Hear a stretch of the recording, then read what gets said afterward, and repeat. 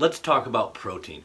Protein is an essential macronutrient that's used to repair and build body tissues, make enzymes, bone, skin, blood, and of course, muscle. Today we're going to be primarily talking about protein in regards to muscle building and repair because that's what we're all here for. Also, most of what we're going to be discussing has been adapted from the International Society of Sports Nutrition's 2017 position stand on protein and exercise. There's a link to that paper in the description of this video. First, why do we need protein in our diets? We need protein for repair and growth of most types of bodily tissues. This means protein can help us keep from losing muscle and will allow us to grow bigger muscles as well, if our total energy or calorie intake is set to support growth, aka we have to be eating in a caloric surplus. Now, how much protein is needed for the average sedentary person in order to avoid deficiency or health issues?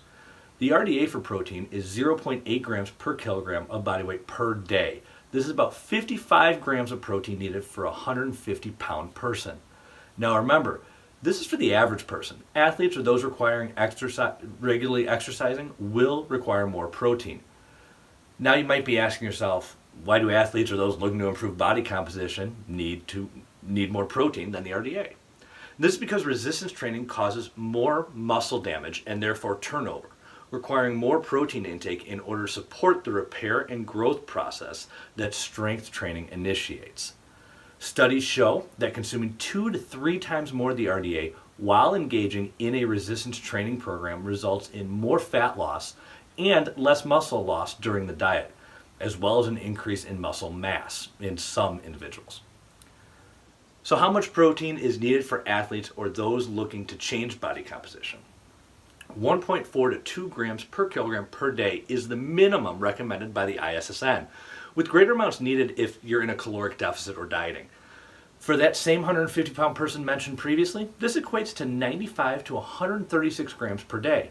There is some evidence that consuming even higher amounts, such as 3 grams per kilogram or more, may have greater results in body composition. That would be 204 grams for the 150-pound person in our example. Now let's move on to protein timing. How much, how often, and when is the best time to take protein? So protein consumption stimulates muscle protein synthesis, or MPS. Muscle protein synthesis is the process your muscle cells undergo in order to grow.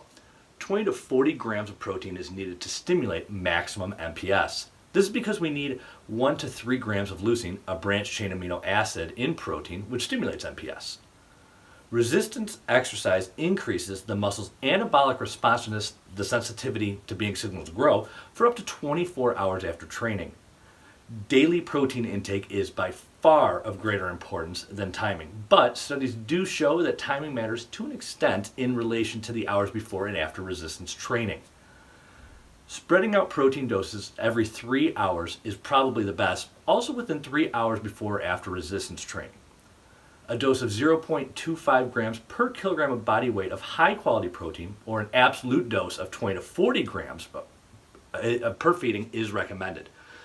Elderly people appear to need about 40 grams per dose to achieve maximum MPS levels as well. And finally, consuming protein right before sleep stimulates MPS overnight, another opportunity for a bit of growth that is otherwise missed out on. And now that we know about how to take our protein, let's talk about types of protein. So are all protein sources the same, or are some better than others? Within the 20 to 40 grams of protein mentioned previously, which is what we need to stimulate MPS, 10 to 12 grams of that needs to be of essential amino acids, which not all protein sources have in large amounts like that.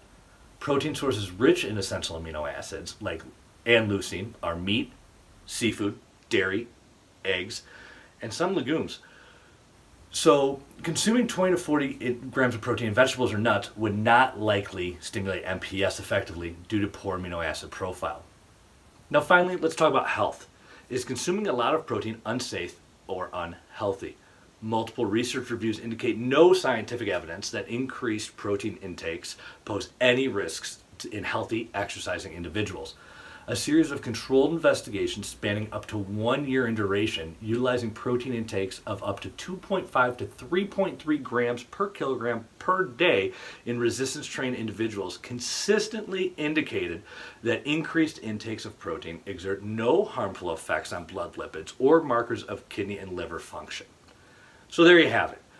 The basics of protein intake backed by peer-reviewed evidence as published by the International Society of Sports Nutrition. Be sure you guys join our free Facebook group if you haven't. If you haven't already, join the Facebook group and follow us on YouTube. There are links to those in the video description.